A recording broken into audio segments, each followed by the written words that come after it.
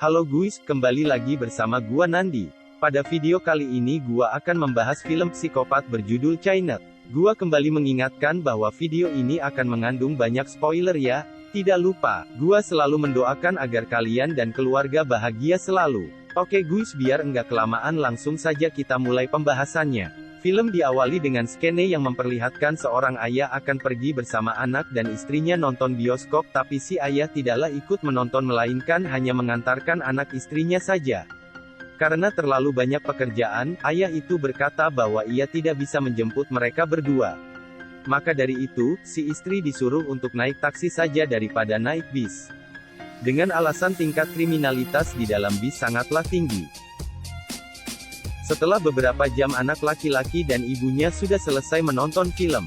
Mengingat perkataan suaminya maka si istri akan pergi pulang menggunakan taksi. Pada awalnya tidak ada sedikit pun hal mencurigakan yang terjadi. Si ibu juga memberitahu alamat rumahnya kepada supir taksi yang menjemputnya. Namun jalan pulang yang ditempuh oleh si sopir tidaklah sesuai mau kemana. Supir taksi itu juga membawa penumpangnya pergi jauh tanpa ada tujuan yang sangat jelas. Ketika itu juga, si ibu mulai curiga dan merasa ada yang tidak beres dengan taksi ini. Si ibu pun mencoba kabur tapi pintu dan kaca mobil sengaja dikunci oleh si sopir. Lalu, sopir taksi psikopat sengaja berhenti di jalan yang sangat sepi dan menonjok si ibu sampai tidak sadarkan diri. Kemudian anak laki-laki bersama ibunya pun dibawa ke rumah supir taksi itu. Sampai sejauh ini apa yang mau dilakukan oleh si sopir masihlah tidak jelas. Enggak lama dari itu si ibu langsung ditarik paksa dan dijauhkan dari anaknya. Agar anaknya tetap tenang, si ibu menyuruh anaknya untuk tutup kuping jika mendengar suara teriakan. Benar-benar hari yang sangat sial, sekalinya nonton bioskop bareng ibu malah diculik sama psikopat. Dengan perasaan yang begitu sedih, anak itu hanya bisa mendengar suara teriakan ibunya sampai-sampai kencing di celana. Ia juga langsung ditarik paksa sama psikopat itu tanpa perasaan. Ia diberitahu bahwa ibunya sudah pergi untuk selamanya dan tidak akan menjaga dirinya lagi. Yang bisa dilakukan oleh anak kecil itu hanyalah menangis dan rindu dengan sosok ibunya. Saat esok hari, anak kecil itu pun diberitahu bahwa nama psikopat itu adalah Bob. Bob menyuruh anak yang diculiknya untuk menuruti setiap perintahnya tanpa terkecuali. Ia ditugaskan untuk membersihkan rumah psikopat itu apabila ada bekas-bekas pembantaian. Anak kecil itu juga wajib menyiapkan sarapan untuk diri Bob ketika pagi hari. Ia sendiri tidak boleh makan apapun tanpa perintah dari seorang Bob. Jika ingin makan, ia hanya boleh menikmati makanan yang tersisa di piring psikopat itu. Untuk tugas tambahannya, ia disuruh mengumpulkan info orang hilang dari koran dan ditempel ke dalam buku. Dengan tujuan agar Bob tahu siapa saja yang sudah menjadi korban sadisnya itu. Di akhir penjelasan, Bob mengatakan bahwa ia akan memanggil anak kecil itu dengan sebutan Rabbit. Ketika pagi hari Rabbit disuruh untuk membersihkan rumah sampai bersih dan mengkilap. Ia pun hanya sarapan dengan menikmati makanan sisa yang ada di piring Bob. Dengan perasaan takut, Rabbit berniat untuk kabur dari rumah psikopat ini. Tanpa berlama-lama ia langsung memanjat ke atas plafon saat itu juga. Namun ternyata Bob sudah membaca gerak-gerik dari Rabbit. Bob sengaja membiarkan Rabbit berteriak sekencang mungkin agar ia tahu bahwa tidak ada siapapun yang bisa menolongnya. Ya kalau dipikir-pikir memang enggak bakal mungkin. Karena satu-satunya rumah di daerah ini adalah rumahnya Bob. Akibat tindakannya itu, kaki Rabbit langsung diikat dengan rantai sepanjang 10 meter.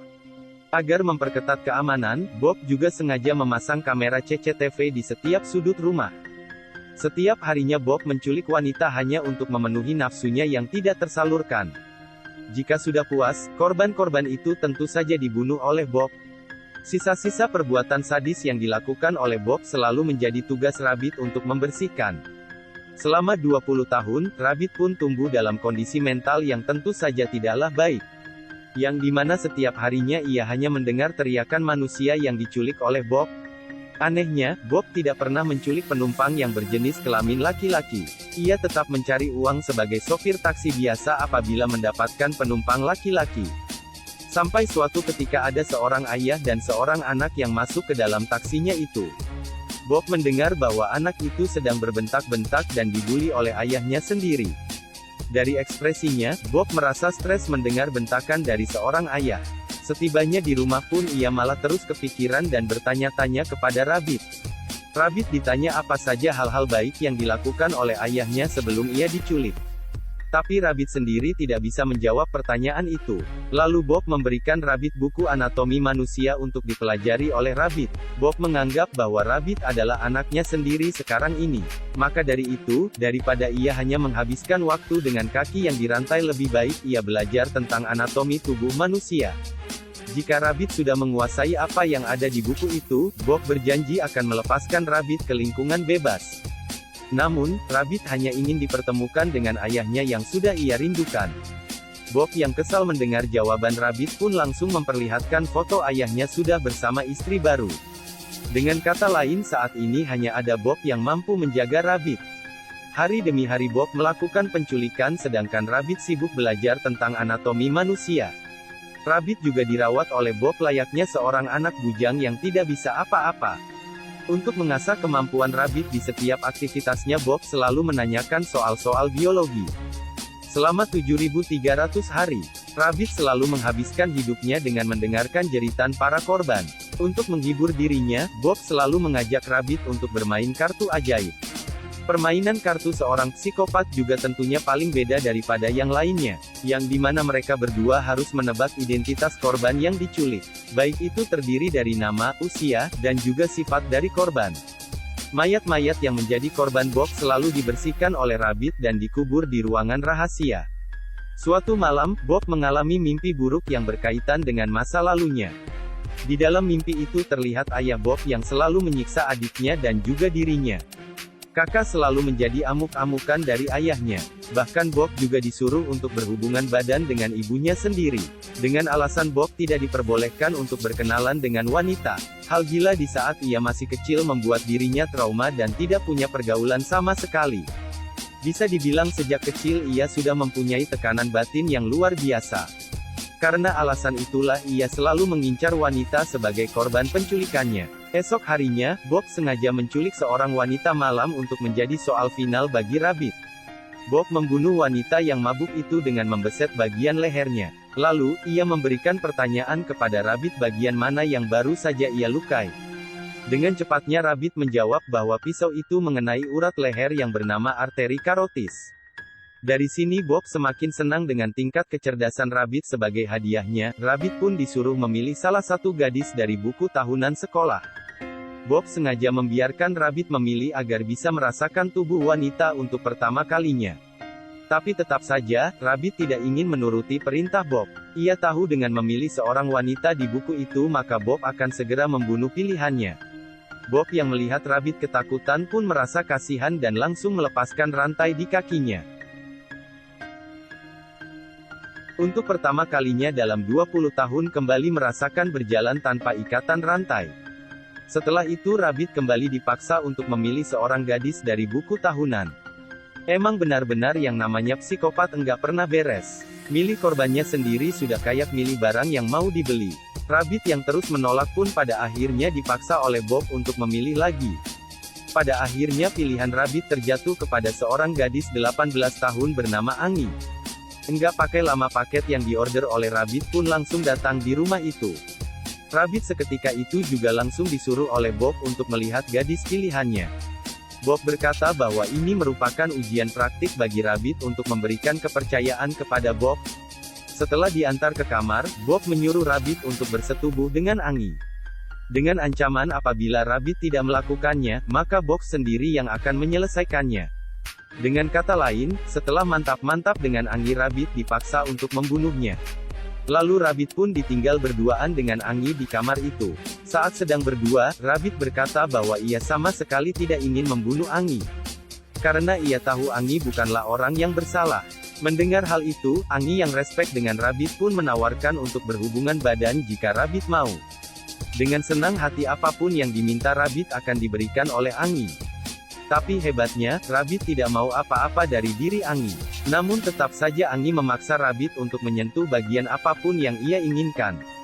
Saat mereka mau nempel-nempel, tiba-tiba Bob membuka pintu dan berteriak. Ketika itu juga Rabbit langsung menusuk perut Angie tanpa ampun. Karena Rabbit tahu itu adalah hal yang ditunggu-tunggu oleh seorang Bob. Setelah itu Rabbit menyeret jasad Angie ke dalam ruangan rahasia untuk dikubur. Lalu Rabbit sudah tiba di hadapan Bob dan berkata bahwa ia ingin berburu.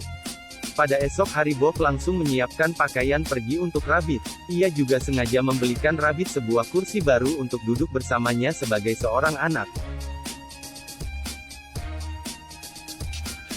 Saking rapinya Rabbit terlihat bukan lagi kayak psikopat. Setelah sekian lama, Rabbit pun harus melihat kembali taksi yang menculik ibunya sampai ke rumah ini. Ia kembali teringat teriakan-teriakan ibunya yang berada di kursi belakang. Sesampainya di kota, Rabbit disuruh Bob untuk memilih tipe korban yang ia idamkan. Tapi entah kenapa wanita-wanita yang berada di kota bukanlah tipe Rabbit. Lalu Bob pun berhenti di pinggir jalan karena ada mobil polisi yang melintas di hadapannya. Karena Rabbit merupakan korban penculikan, ia pun disuruh sembunyi agar tidak terlihat.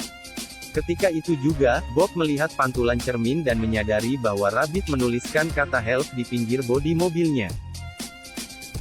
Akibat perbuatan itu Bob menjadi tidak percaya kepada Rabbit dan akan membongkar kubur Angie. Di balik itu semua, ternyata Rabbit menuliskan hal itu saat ia berpura-pura melihat kursi belakang. Di sisi lain Angie yang sudah dibunuh oleh Rabbit tidaklah benar-benar mati. Hasil belajar Rabbit mengenai anatomi manusia pun diterapkan pada saat ia menusuk perut Angie. Rabbit sengaja menusuk Angie di bagian yang tidak melukai organ dalamnya. Pada kondisi seperti itu, ia tahu apabila ia tidak menusuk perut Angie maka Bob yang akan membunuh Angie. Rabbit juga menyuruh Angie untuk berpura-pura mati saat ia akan menyeret Angie ke ruangan rahasia. Di dalam kuburannya pun Rabbit memberikan Angie sebuah senter dan juga pisau untuk berjaga-jaga. Itu semua dilakukan Rabbit karena ia sadar cepat atau lambat, Bob akan mengetahui semua ini. Ketika sampai di rumah, Bob langsung meninju wajah Rabbit sampai pingsan. Saat itu juga Bob akan membongkar makam Angie dan membuatnya tewas dalam seketika. Perasaan kesal karena telah dibohongi oleh Rabbit membuat Bob tidak percaya lagi. Rabbit yang mendengar teriakan Bob pun mulai sadar dan mencoba masuk ke dalam rumah. Untung saja Angie mempunyai refleks yang bagus dan langsung membeset kaki Bob menggunakan pisau. Luka yang cukup parah di kaki Bob membuatnya sulit untuk membunuh Angie di tempat itu. Ketika itu juga Rabbit langsung masuk dan bergelut dengan Bob dalam keadaan yang sangat gelap.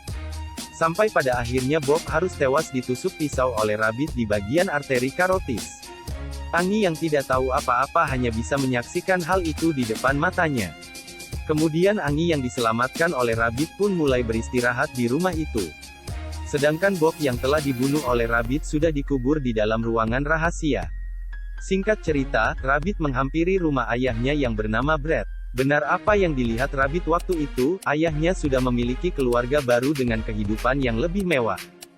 Sampai-sampai, ayahnya sendiri tidak mengingat wajah Rabbit setelah 20 tahun. Mau enggak mau Rabbit harus jujur bahwa ia adalah anak dari Brad yang bernama Tim. Saat mengetahui anaknya masih hidup, ayahnya langsung memeluk dirinya sekencang mungkin. Ia juga dibiarkan masuk ke rumah mewah itu secara cuma-cuma. Sampai pada akhirnya, Rabbit memberikan sebuah surat kepada ayahnya itu. Di dalam surat itu ayahnya memberikan sebuah uang kepada kakaknya yang berprofesi sebagai supir taksi. Ayahnya juga menitip pesan agar kakaknya menculik Rabbit dan istrinya saat selesai menonton bioskop. Dengan kata lain, psikopat yang sudah membunuh ibunya Rabbit dan menculik Rabbit selama 20 tahun adalah kakak dari ayahnya sendiri. Itulah kenapa ayahnya menyuruh Rabbit dan ibunya untuk pulang naik taksi daripada naik bis. Semua itu sudah direncanakan agar si ayah bisa menjauh dari istri dan anaknya untuk mencari wanita baru. Setelah mendengar hal itu, Brad langsung menyuruh istri dan anak-anaknya yang baru untuk pergi menjauhi Rabbit. Terlihat di dalam surat itu ada sebuah foto ibunya Rabbit dan juga anaknya. Di dalam surat itu juga terlihat ada selembar cek yang dimana itu akan dicairkan menjadi uang. Dari bukti inilah, semua rahasia yang disimpan ayahnya selama 20 tahun pun mulai terbongkar. Ayahnya sengaja menyuruh kakaknya karena ia tahu kehidupan Bob tidak sebaik kehidupan Brad. Maka dari itu Brad yang mempunyai tujuan jahat pun memanfaatkan sifat psikopat yang dimiliki oleh Bob. Sekalian Brad juga bisa menyumbang beberapa uang untuk keberlangsungan hidup Bob. Setelah semua dibongkar, Brad yang sudah emosi dengan Rabbit pun menamparnya berkali-kali. Saat itu juga istrinya langsung membela Rabbit tapi malah dihajar balik oleh Brad. Rabbit yang melihat seorang wanita disiksa pun mulai tidak tahan dan langsung menghajar ayahnya sendiri tepat di titik vital sampai tewas. Namun, istrinya Brad tidak marah sama sekali kepada Rabbit. Ia malah membiarkan Rabbit pergi dan menelepon polisi dengan alasan ada sekelompok orang yang membunuh suaminya. Pada akhirnya, Rabbit pun kembali ke rumah Bob dan tinggal di tempat itu bersama Annie yang sudah cinta kepadanya. Pada intinya plot twist di film psikopat ini benar-benar luar biasa. Mungkin segini saja pembahasan dari film China, gua Nadi cabut dulu. Dadah.